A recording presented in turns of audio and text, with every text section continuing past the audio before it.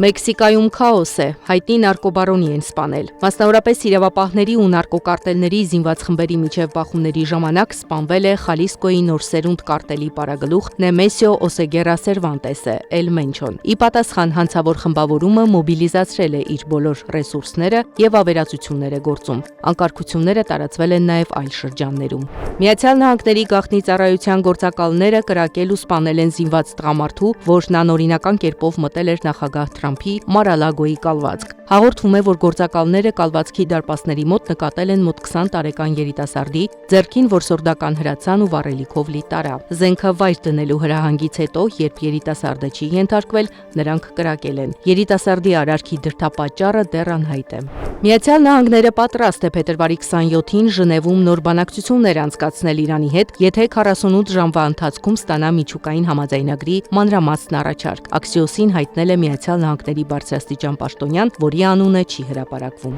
Մոտ ապագայում կարող է կայանալ Պուտին-Զելենսկի հանդիպումը, Fox News-ին տված հարցազրույցում ասել է Միացյալ Նահանգների նախագահի հատուկ ներկայացուցիչ Սթիվ Ուիթքոֆը։ Միացյալ Նահանգների միջնորդությունն Ուկրաինա-Ռուսաստան բանակցություններում առաջիկա 3 շաբաթվա ընթացքում կարող է հանգեցնել Պուտին-Զելենսկի հանդիպմանը։ Ջարեդ Քուշները եւ ես լավատեսորեն ենք տրամադրված, ասել է Ուիթքոֆը։ Եթե Էստոնիայի տարածքում մեզ ուղղված միջուկային զենք լինի, ապա մեր միջուկային զենքը կուղղվի Էստոնիայի տարածքին, եւ Էստոնիան պետք է դա հստակ գիտակցի, հայտարարել է Ռուսաստանի նախագահի խոսնակ Դմիտրի Պեսկովը։ Օրերս Էստոնիայի արտաքին գործերի նախարարը հայտարարել էր, որ Էստոնիան պատրաստ է իր տարածքում տեղակայել ՆԱՏՕ-ի դաշնակիցների միջուկային զենքը, եթե դաշինքը դա անհրաժեշտ համարի։ 4 տարվա հակամարտության ավարտը չի կարող հետաձգվել։ Հռոմի Պապ Լևոն 14-րդն ուղերձ է հղել Ուկրաինայում պատերազմի տարելիցի կապակցությամբ։ Իմ սիրտը կրկին ցավում է այն դրամատիկ իրավիճակի համար, որին ականատես ենք։ Այսքան զոհեր, կոտրված կյանքեր եւ բաժանված ընտանիքներ,